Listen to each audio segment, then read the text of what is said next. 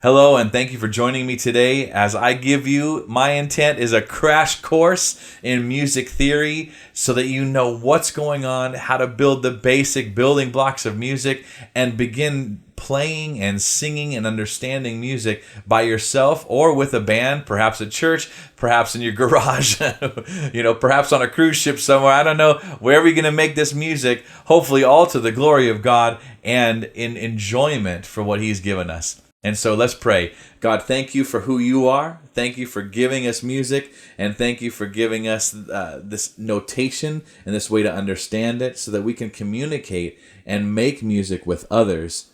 In Jesus' name, amen.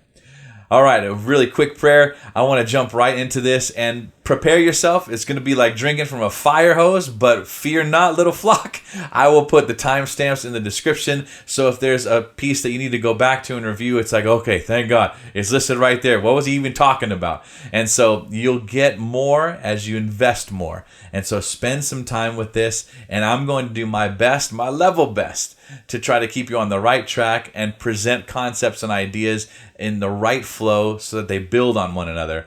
And so to that end, let's start with the very first thing of music notation. We got to write it down so we can read it, understand it, communicate it, all be on the same page. You ever feel like you're not on the same page as somebody and they're like, is there even a page? Where's the page? Well, I'm talking to you about the music page here, and this is called the grand staff. So the first term here is the grand staff.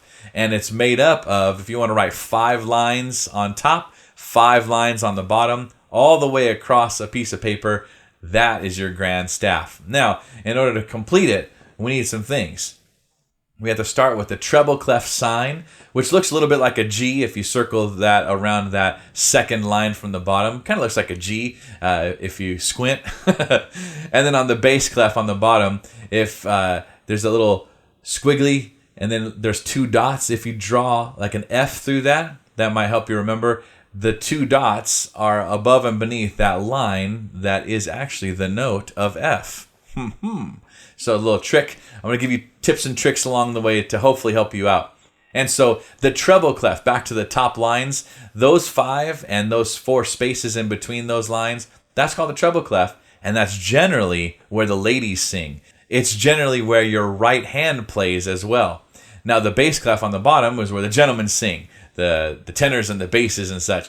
And your left hand generally plays in that register. It's lower. The lower notes are down there. And so this is the grand staff all together. Treble clef, bass clef.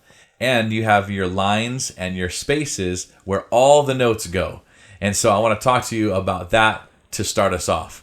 Now, on the treble clef, it's the higher stuff. Sopranos, altos sing up there. Your right hand plays up there. And the notes, that if you're going to write some notes on here, those lines and spaces, the lines go like this. From the bottom up. E, G, B, D, F. E, G, B, D, F. Now, there's this helpful mnemonic device that I like to employ. If you can remember this sentence, you'll remember E, G, B, D, F. Every good boy does fine. Every good boy does fine. And so, in the lines are every good boy does fine. But what about the spaces in between those lines? Count them up for me. In between those 5 lines, how many spaces do you see? 1, 2, 3, 4, right? So those 4 spaces on the treble clef spells face. F-A-C-E. Face. And so if you'll notice, the line starts with E, and then the very next space right above it is F. Then the next line above F is G. Are you seeing a pattern here? And then the next space is A. Wait a second. I broke the whole system. Now, the reason for that is because music only goes from A to G. A, B, C, D, E, F, G. A, B, C, D, E, F, G. Remember, there's no I in music. There's no H in music either. It's only A, B, C, D, E, F, G, and then it starts all over again. And much like the keyboard on a piano does that same thing, you may see a collection of 2 black notes, 3 black notes, 2 black notes, 3 black notes, and all the white notes interspersed in between. And that's the same. It's just repeating. A, B, C, D, E, F, G, A, B, C, D, E, F, G, all over and over again. So the same thing with how we notate it, obviously. We wouldn't do something that's not accessible to us. And so in our Western scale, not getting into quarter tones and all that, we're stuck with this. C, D, E, F, G, A, B, C, D, E, F, G. And so with that, I want to talk about the bass clef, because now if you have the treble clef with every good boy does fine and the spaces being face, it's not the same for the bass clef. Now, your brain is just going to go on overload for a little while you discover that, and your right hand and your left hand on the piano, start working that out. Or if you're a singer and maybe you're singing different clefs at different times, like, okay, where are we now? Is that an E or is that a G to start? And so on the bass clef, the bottom line is G, and then the next line is B, and then D, and then F and A. G, B, D, F, A. Now, the mnemonic device for this is good boys deserve fudge always. And as a fudge fan, man, I stand behind this statement. Good boys deserve fudge always. My daughter makes some fudge sometimes. I was like, bring me more of that fudge. So hopefully you remember that. Good boys deserve fudge always. Now, the spaces are not faced in the bass clef. It's A, C, E, and G. Now, what can we make of that? I learned it this way. All cows eat grass. Yes, they do. All cows eat grass. And so you have good boys deserve fudge always, and all cows eat grass. And so a lot of eating going on here apparently in the bass clef. So, all right, treble clef, bass clef, those together make up the grand staff. And this is where all the music is written. Now, it's not where every single note is written, because you may be thinking, well, is that it? Are there only 20 keys or whatever? Count that up, however many there are. 24 keys here? No, there's much, much more, but we notate them differently, and I want to talk to you about them. The lines, the 5 lines that go across for the treble clef and the 5 lines that go across for the bass clef, that's not all the lines there are. There are things called ledger lines, and they're little tiny lines that you put a little note on to indicate, hey, it's not one of the big lines. This is a separate line. But it makes sure that you know that they're following in a pattern. And so let's just add, for fun, 1 ledger line in between the treble clef and the bass clef. Now, whether you're playing in treble or bass, it's the same note. It's like magic. It's a C, and it's actually middle C, because it's in the middle of the 2 clefs, and it's in the middle of the piano. It's middle C. And so it's right before the 2 collected black notes on your keyboard. That's a C. And if you're in the middle of the keyboard, then that's middle C, and that goes on that first ledger line inside the 2 clefs. The 1 ledger line in the middle is C, middle C. Now, I want to tell you another trick. There's 2 ledger lines available outside the clefs. Well, there's as many as you want. But if you go 2 ledger lines, that's also C. Super high C, super low C, and then the 1 ledger line in the middle is middle C. So let's work this out. Let's say we're at the E of the treble clef. There's that long line on the bottom of the treble clef, that's E. And then you go down 1 in the space, right before E is D, geniuses. And then before the D, you go to that ledger line, and that's C. Just counting, just alphabet. E, D, C. Now, if you go below that ledger line to the space, what's right before C? B, yes? And then before that, you get your long line, top line of the bass clef, which is A. And so it's easier to count forward than backward. So you go A, B, C. Easy as 1, 2, 3. All right, forget it. A, and then your space is B, and then your ledger line is C, and then your space above that ledger line is D, and then your first line of the treble clef is E. Are you catching it? And then your space is F, line is G, space is A, B, C, D, E, F. And then, now you're at the top. Your space is G, right above that top treble clef line, G. And then you have your first ledger line, which is A. And then the space above that is B. And your second ledger line is C. You got a high C up there. And so now we've transcended. We've crossed 3 different C's from the treble clef itself, and then there's 2 other C's down in the bass clef that we've counted. And so again, 2 outer ledger lines is C, 1 inner ledger line is C. And that is the grand staff. So now let's talk about notes. Notes are they're many things, and they go all over the place, and they comprise all of music.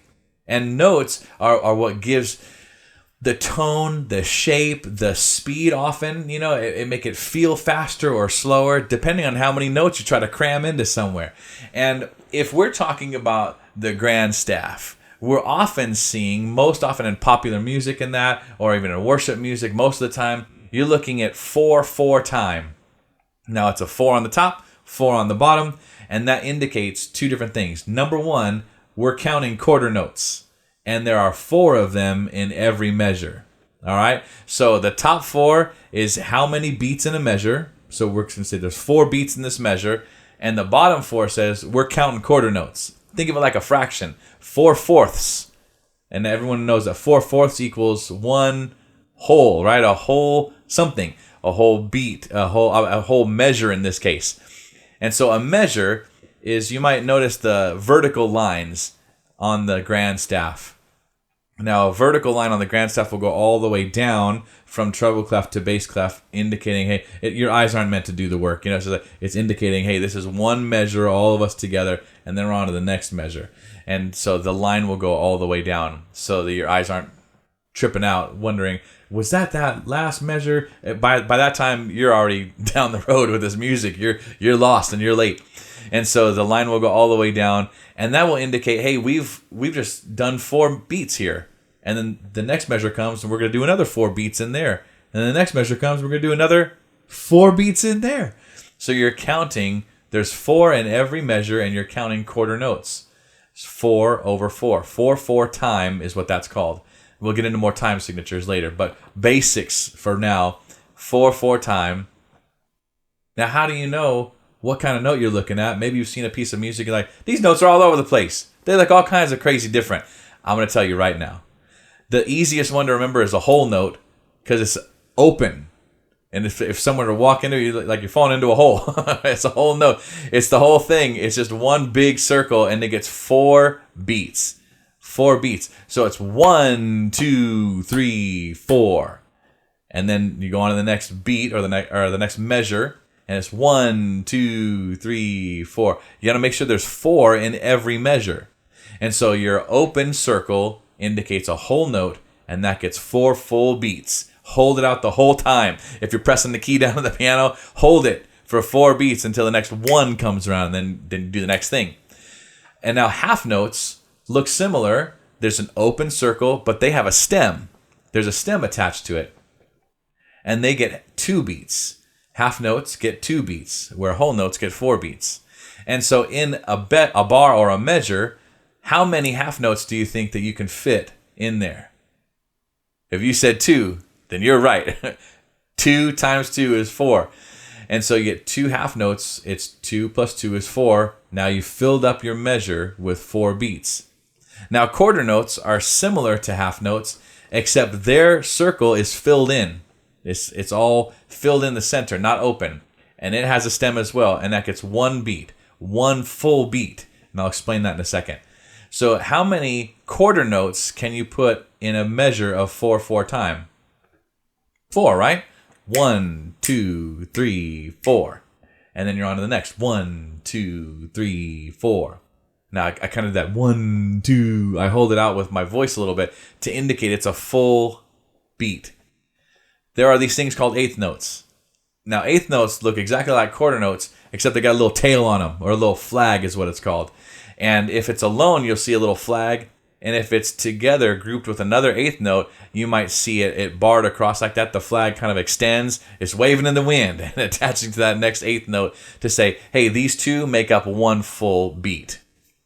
And a lot of times, it's easy to draw someone who's reading music pretty quickly and say, oh, these are eighth notes, and that it's faster that way, instead of just like a bunch of little flags all over the place. So, whole note gets 4, half note gets 2, quarter note gets 1, eighth note gets a half. Now, how do you count a half of a beat? I've only been counting in numbers, right? We have to add something beyond numbers. what we do for eighth notes is 1 and 2 and 3 and 4 and 1 and 2 and 3 and 4 and. So let's say I have 4 quarter notes in a measure of 4/4 time. Well, I can fit 8 eighth notes into one measure of 4/4 time by saying 1 and 2 and 3 and 4 and 1 and 2 and 3 and 4 and. So instead of 1, 2, 3, 4, it's 1 and 2 and 3 and 4 and. Hit my microphone. And so with the whole note, half note, quarter note, eighth note, there's more. There's something I want to tell you about. What if, I got 4 and I got 2 and I got 1 and I got a half. What if I want a 3? What do I do? Is that allowed? Is that illegal? No, it's not illegal. There's a way for that. And it's called a dot. A dotted half note will get you 3. Because what a dot does when you add it to a note is it adds half the value of that note to that note. So let's say you have a half note which gets 2 beats. What's half of 2? 1. So add 2 plus 1 and you get 3. So a dotted half note gets 3 beats. A regular half note only gets 2. We add that dot and it adds half of what it is to itself. So it's not always adding 1, it's only adding 1 to a half note, because that's half of 2. So what if it's a quarter note? That's 1 full beat. Now what's half of 1? A half, right? So if you have a dotted quarter note, it adds half to a whole, which gives you 1 1/2. I hope this is making sense. Now let's just go crazy. Not that we have room for this in any one of our measures right now, but we want, let's say we're in 6/4 time or whatever, and we're allowed 6 beats or 8/4. This is crazy. No one does this. No, I don't think I've ever seen a song in 8/4. Not that it couldn't happen. I don't know why it would happen. Doesn't matter. Whole note, dotted. A dotted whole note, how many would that get? If a whole note gets 4 on its own, what's half of 4? 2. You add the 2 to the 4 and you get 6. And so a dotted whole note would get 6 beats. 1, 2, 3, 4, 5, 6. You would hold out the whole time. Or you would sing that the whole time without breathing. Now, with the dot, with the note heads, with the stems, with the flags, it's all meant to bring your eye to say, oh, that's how many this gets. This is how long I should hold this for, or how short it is, or how it's coming next. It's meant to be an indicator for you to be able to play quicker or to sing quicker as you read. Otherwise, it would just be all by ear, and that takes a long time to train and practice if everything were like that. I mean, imagine having to memorize a whole book, memorize the Bible in order to be able to read any of it. That would take a bajillion years. So this is notation that is meant to draw your eye and allow you to read these things quickly. So now let's talk about rests. Rests are just like notes, except you're not playing or singing. You're resting. Hey, everybody needs a rest. God even knows that. Hey, we need to rest. And so you have these rests. They don't look the same as notes, but they are counted the same as their note counterparts. Now, I like to do this. I like to pretend like there's a little man walking along as you read your music. He's walking as you read. But now all of a sudden, there's this, looks like a hole on that line. He's going to fall in this hole, and that's a whole rest. Get it? A whole rest. That's H-O-L-E, not W-H-O-L-E. But you get what I'm saying. If it's down, that little black part that's filled in, it's like he's falling in a hole. He's going to be down there for a minute. He's got claws way out of that hole. It's going to take 4 beats to get out of there. Now, there's a half rest that it looks like a little step. Oh, he's walking along, minding his own business, not paying any attention. He's just walking around music land. And then he trips. That's going to cost him 2 beats. He's going to stagger a little bit. That half rest is going to cost him 2 beats. Now, there's a quarter rest that looks like a little lightning bolt. Woo! Dodge the lightning bolt. That's 1 beat. And then there's an eighth rest. Looks like a little Y, a little tiny Y in English characters. A little Y. And that gives half a rest. So again, we can employ a dot on these as well. Same kind of thing. Half the value of that rest added to the rest, and you'll get that. And so notes and rests, they look different, but they're counted the same, just depending on what they look like. So next I want to bring you to dynamics. Dynamics is how you play something. It's the feeling of it. It's the loudness or the brightness or the softness and the sweetness. And there's many different terms for this, but the most basic are going to be about volume. And so let's talk about volume and how you were to play or to sing certain notes or passages or phrases in music. From loud to soft. 2 lowercase f's together is called fortissimo. And if you want to, get Italian, you can roll that R a little bit. Fortissimo. Oh, molto bella. I probably didn't say that right. Don't judge me on my Italian. Fortissimo. And that means like loud, double loud, super loud. Now, whereas 1 lowercase f would mean forte. It's just loud. You see an F, it's like, we're playing loud. And then there's a lowercase m, lowercase f, and that means mezzoforte, and that's kind of loud. Below that, 1 degree lower than that, or softer than that, is MP, which is mezzopiano. Now, ask me the difference in volume between mezzoforte and mezzopiano. I can't really tell you. You'll feel it. And really, it'll be based on where you're coming from at that particular moment in that particular piece that you'll decide what the difference is between mezzoforte and mezzopiano. But there's a grade there. And then you go down from mezzopiano to piano, which is 1 lowercase p, and that just means soft. Play this softly.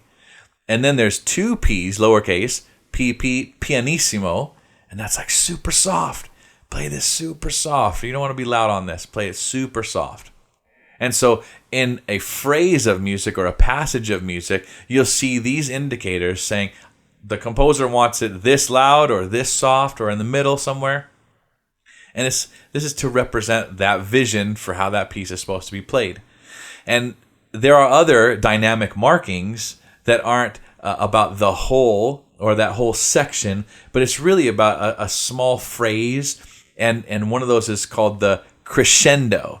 The crescendo is if you feel you start from a point and then it opens up, and you go from somewhat soft wherever you are. Let's say you're at piano and I'm playing soft, and then you grow crescendo into forte.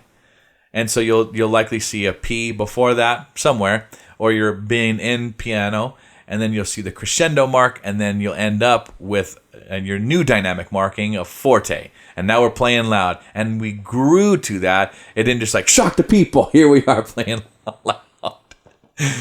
And the same thing goes the other way. If you're playing loud, but you want to soften it down, let's bring it down. It's called a diminuendo. Diminuendo goes the other way. It's like an open, and it comes all the way down to that point. And then you have your new dynamic marking. We're at fortissimo, and then we're coming down to pianissimo. It's so super soft. Now, a lot of people, and I hate this, I'm just going to give my own bias. A lot of people call this decrescendo. There's crescendo, decrescendo. And I guess you can get away with it, but I prefer diminuendo. Because what if a band leader's calling out decrescendo? It's like, did you say crescendo? And it's like, you're getting loud while everyone else is getting soft. That's going to be terrible. Diminuendo it's actually the appropriate term, and it gives enough differentiation between crescendo to say, okay, what are we doing? We're not getting louder here. We're getting softer. Diminuendo, it's diminishing, right? It's getting softer. So I like crescendo to get louder, diminuendo to gradually get softer.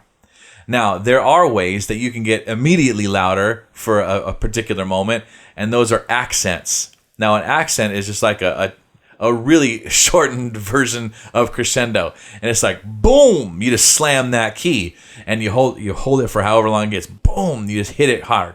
And I'm a piano player, so I think about pressing and hitting keys. So if maybe you're on a guitar or a trumpet or something, of course it's vastly different for you. It's a huge pluck or strum, or it's a large blast with wind, but you get the idea. An accent is just like, make this one loud. For some reason, we want to accent this. Very aptly named. Now, there's also something called a staccato, which is indicated by just a dot above the note. Now, that is it's not necessarily you slam the key, but you do kind of bounce off of it. You hit it real quick, and then you're off of it. You don't hold it out. It's like, boop, boop, kind of jaunty. And so you just staccato, bounce off the note, and that's indicated by a dot above the note head. Now, there's another cool thing that allows the player or the singer to have a little control over this performance, and it's called a fermata. A fermata is a hold sign, and a lot of people say it looks like a bird's eye. And so you have like a little rainbow, a little arc over a dot, and that's a fermata. Say it, fermata. And that means I am in control of this timing. I get to say how long this note's going to be, and then when I'm ready, then we move on with the piece. And so it's a really cool little accent or dynamic marking to let you know, hey, you have a role in this here. You feel this and convey this to the audience, even if the audience is just you. Now, in music notation, I was talking to you earlier with the grand staff, you have this line, this bar line going all the way up and down the grand staff to keep you in line. 1, 2, 3, 4, 1, 2, 3, 4. Where's the next one? It's after 4. And so that's indicated by this bar line. And so you get into the next bar or the next measure, this next grouping of 4. And then you have something that often you'll see 2 dots surrounding that middle line. And that's a repeat sign. Now, repeat signs can take you all the way back to the beginning of a piece, and in which case you might not see 2 dots at the beginning. It's just an understood thing. Hey, when you see these repeat signs, if you haven't seen any before, go back to the beginning of the piece. But let's say the composer wants you to only repeat the middle section. Then they'll have a repeat sign indicated here, and at the beginning, it's like, hey, way back here, we want you to go to here and repeat back to there, and then move on. And then when you get to the spot, then there'll be a secondary piece that you can finish out the composition with. And that's a repeat sign. 2 dots on both sides of that middle or that center line on your treble clef and your bass clef. A moment ago, I had mentioned bar lines and measures. Measures and bars are the same thing. It's just 2 different words to indicate the same thing. Hey, this is a section of a piece of music, and it has to do with the time signature. There's generally 4 beats in it, and however many notes that takes to add up to 4, and that's a bar or a measure. And you might have heard in an old movie, hey, hum a few bars of that or whatever. I don't know how often people say that, but you may have heard that. Hum a few bars or give me a couple measures of that. I can name that tune in, and generally it's like, if I get a whole bar, I'm generally going to be able to guess it. And so that is measures and bars. And I want to take you on to the next section here, which has to do with measures and bars. It's time signatures. Now we're talking about notes, and we're talking about rhythms, and we're talking about how fast and slow things go and how loud and soft they are. But let's talk about time signatures. 4/4 time is like the pop music time signature. Most things are written in 4/4 time. 1, 2, 3, 4, dun, dun, dun, dun, dun, dun, dun, dun, dun, dun, right? It's that drivey, 4 on the floor, rock and roll, 4/4, which means there's 4 beats in a measure, and we're counting quarter notes, people. Counting quarters. So every quarter note gets 1 beat. The 4 on the top means how many notes in the measure. The 4 on the bottom means what we're counting as a fraction. And 4 quarters equals 1 whole measure, 1 whole bar. And so there's 4/4 time. There's also 3/4 time. So there's 3 beats in the measure. The 3 is on the top. 3 beats in the measure. We're counting quarter notes still. So the circle, the filled in circle with the stem, we're counting those. And there's 3 of them per measure. 1, 2, 3, 1, 2, 3, 1, 2, 3. There's also a time signature that's very common called 6/8 time. Now 6/8, what happened to that 4 on the bottom? All of a sudden we're in La La Land. 6/8 time. Think of it like a waltz. 1, 2, 3, 4, 5, 6. 1, 2, 3, 4, 5, 6. And that 1 is heavily accented. The 4 is kind of minorly accented. 1, 2, 3, 4, 5, 6. 1, 2, 3, 4, 5, 6. And that's 6 beats in the measure, counting eighth notes. And that's how you get 6/8 time. I don't know if anyone's like me. You like that artist Sting? Anyone know Sting from the Police? Anyone? Anyway, Sting. I like him, and he uses all kinds of different time signatures. And so if you're looking for a little way to discover this more thoroughly in popular music, listen to some of Sting's stuff, and you'll catch it. Let's talk about accidentals. Accidentals go before a note on the page. so that you know whether you're bringing it up a little bit, bringing it down a little bit, canceling what it was. And what I mean by canceling is, if you look on a piano, you have all these white keys in a row, and then on the top you have all these black keys. They're not exactly in a row because they're separated by all these white keys. And so the white keys, the way the piano is laid out, they seem to be touching one another, but often whenever the black keys at the top, they are in between the white keys. And so let's not think about white keys, black keys. Let's talk about half steps. Half steps are the key to everything. And so let's say you find your middle C and you go all the way up, away from your body to the top of the keyboard. Now you're still on C. The whole key is C, but you press that down, and then your finger, if you go to the right, it's hitting something. It's hitting a black note. And that's C sharp. And then you go to the next thing you run into is a white key, and that's D. And then to the right, you hit another black key, that's D sharp. And then you go to the right a little bit, and then just to the right of that second black note is E. And then you go to the next one, another white key. E and F are right next to each other, both white keys. And then you go up another one, then you hit F sharp, then G, G sharp, A sharp, B, and then back to C. But there's no black note in the middle of B and C, just like there was no black note or black key in the middle of E and F. Doesn't matter what color they are, they're all tones, they all matter, they're all important, and this is the way to get to the notes that you want to find. Now, there's all kinds of different ways of talking about that, and we'll get into that. But if you go all the way up, away from your body to the top of the keyboard, and you're just counting half steps, it doesn't matter what color they are. In fact, in the olden days, it was reversed, that the white keys were the shorter ones on the top that were 2 in 2s and 3s, and the black keys, like on harpsichords and things, were all looking like they were together on the bottom of the keyboard. So again, it's not what color they are. They can there's key covers that are falling off and everything. I don't care how they look. I just care that they're hitting a string somewhere that's giving me that sound, because that's important to this key. And so half steps are what you want to work on. Half steps are what you want to count. And half steps, it doesn't matter about if it's a short or a long key. It only matters what's the half step in relation to the rest of the keyboard. So that was a long explanation. Let's dig into this practically.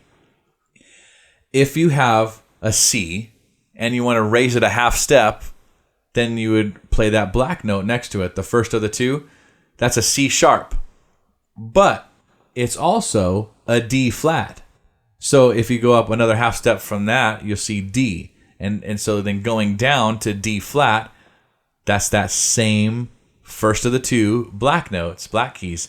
And so if I keep getting confused, that band, the black keys, right? The black notes, black keys, you catch my meaning. So let's say you have a C sharp. Why isn't it a D flat? Well, it is by sound. It sounds no different if you're playing a C sharp or a D flat. But in the key signature, in C, it's just C, D, E, F, G, A, B, C, D, E, F, G, A, B, C, D, E, F, G, A, B, C. Now, I don't know if that's the right tone. I don't have perfect pitch, but you catch my meaning. C, D, E, F, G, A, B, C. Now it's C, C sharp, like Jaws. Ba-bum, ba-bum, ba-bum, bum, bum, bum, bum, bum, bum. Now it's that half step. If you go to C sharp, it sounds the same as D flat, but it's just, that's the string that wooden piece is hitting. And in the key signature, whether it's a C sharp or a D flat affects different things. Why don't we do this? Why don't we make a chord, make our first chord? And so let's say you're seeing on the music that you're reading a capital C. Let's say, hey, this is a C major chord. Now, how do you know that? Because I told you. Nothing else will tell you. It's just, that's a C major chord, and I'm not going to say major. It's just going to be a capital C. And so if you have a C major chord, the chord that you're making always starts with its name, C. So you hold the finger down on C. And then what you want to do is go all the way up, away from your body to the top of the keyboard, and count up 4 half steps. 1, 2, 3, 4, which will land you on E. and then hold that down, and then go up another 3 half steps, boom, boom, boom, to G. And now you have your C major chord. C, E, and G. Now, if you want to make a minor chord, it's not add 4, add 3, it's add 3, add 4. Remember, we're talking half steps. So you start with the name of the chord, C minor, it's called C, so you start with C, and then you go up 3, 1, 2, 3. I'm on a black key this time. It's E flat this time. And then I go up 4 from there, and then I hit my G again. So instead of C, E, and G for a major, it's C, E flat, and G. The third is flatted. Now, what do I mean by the third is flatted, or a flat 3? C would be the first scale degree. The name of the chord is C. It's your first scale degree. It's number 1. C is 1. So if C is 1, then D is 2, and E is 3, F is 4, and G is 5. What you need in a regular triad chord, a major or minor, is 1, 3, 5. 1, 3, 5. Now, the flat third is just taking that E and bringing it down 1 half step to E flat. Okay, but why isn't it a D sharp? Because it is a D sharp. But if we need a 1, a 3, and a 5, it's got to be an E of some sort. A D sharp would be a sharp 2. Does that make sense? Whereas the E is a 3. It'd be a flat 3. We need a 1, a 3, and a 5 in major and minor chords. And so that's why it's an E flat. It's going to sound the same no matter what you call it, but technically that's the appropriate nomenclature, is a flat 3.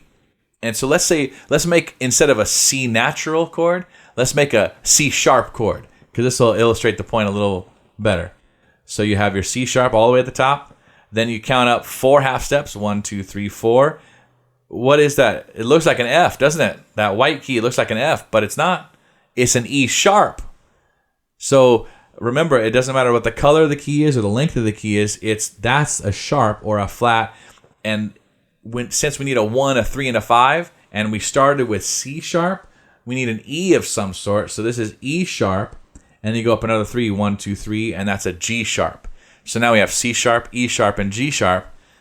And then let's say we're making a D, the D major chord. Start with the name of the chord is D, up 4, 1, 2, 3, 4. D, E, F. So we need an F of some sort. So this is an F sharp, not a G flat. And then you go up another 3, 1, 2, 3, and that's your A natural. D, F sharp, and A natural. That's how you know if it's a sharp or a flat, at least how to speak it. Again, when you're playing, your fingers aren't going to care. But when you're playing, and sometimes when you're reading and thinking, you're going to want to see it that way. It doesn't affect the sound in any way. It just affects how you write it down and how you think about it technically. I need a 1, a 3, and a 5 here if your brain works that way. And so those are major and minor chords. There are all kinds of chords. There's a diminished chord that gets a flat 3 and a flat 5. And let's just make a diminished chord for fun. You start with C diminished, let's say. So the name of the chord is C, so you start with your C, and then you add 3, which gives you an E flat and a G flat. Half notes, or only adding half notes. 3 half steps gives you an E flat, and another 3 half steps gives you a G flat. So we're only counting half steps here. Adding 3 gives you an E flat, and adding another 3 gives you a G flat, and that is a C diminished chord.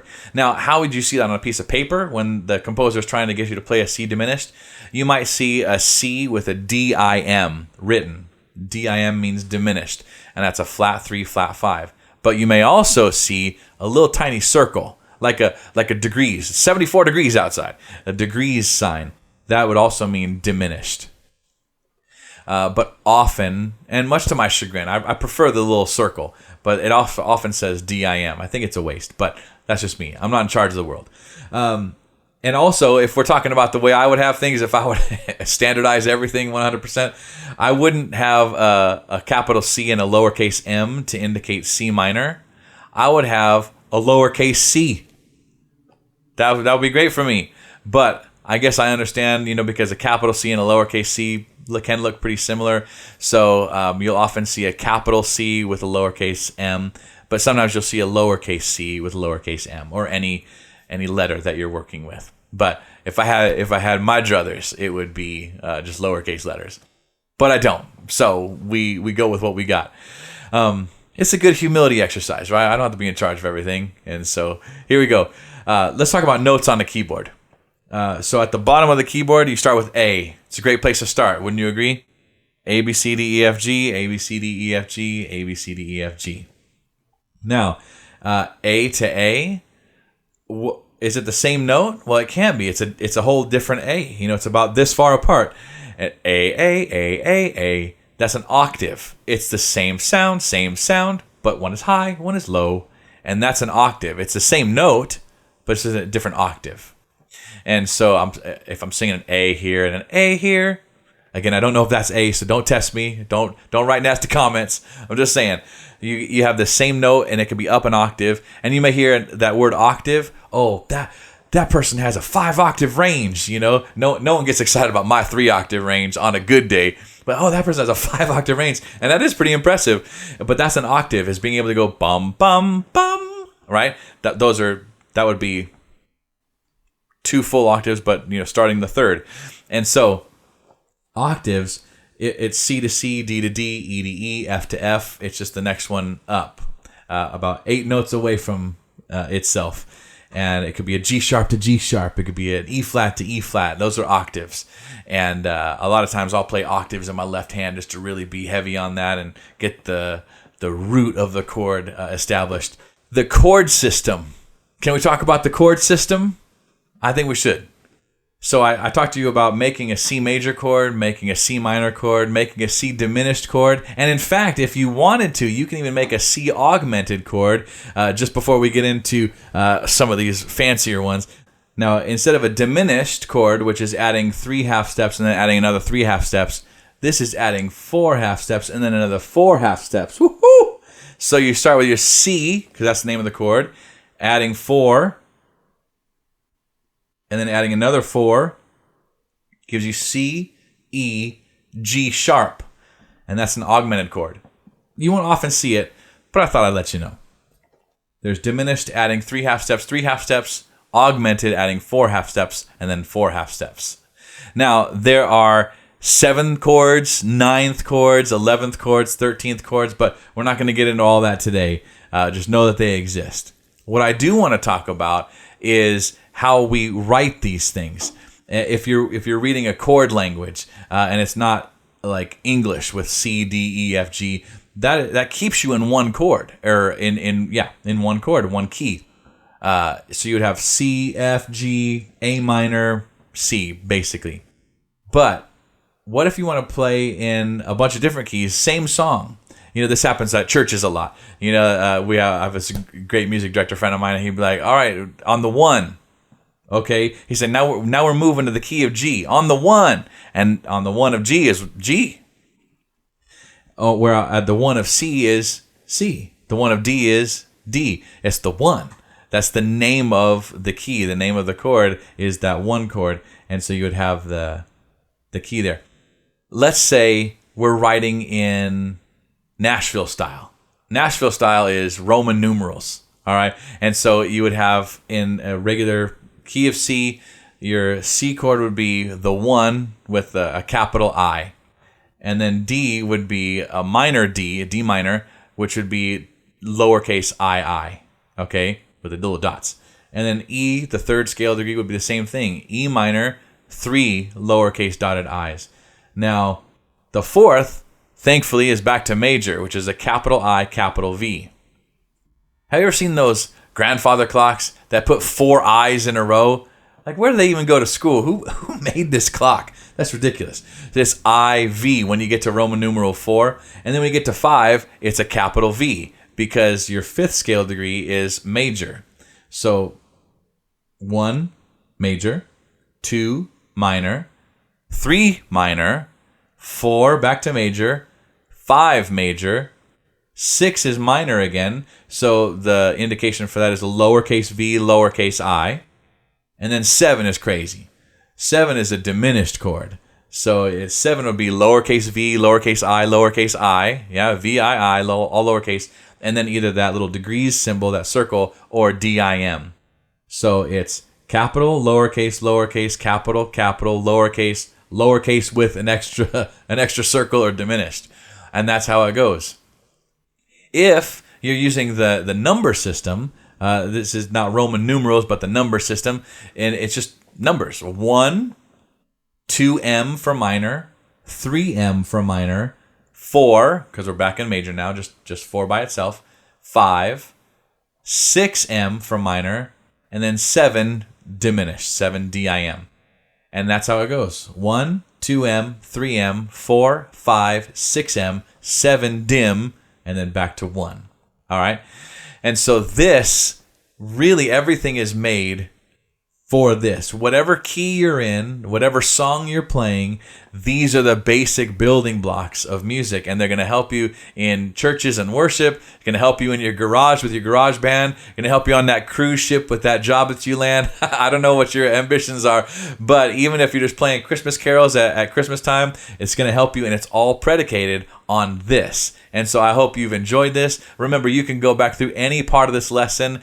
All of the pieces and the bits are they're time-stamped in the description, and we may dig into something more substantial and more complicated later, but for now, it's like you've been drinking from a fire hose, so just go ahead and take a breath and gulp this down and see how you go, and we'll see you on the next one. God bless you. Have a great day.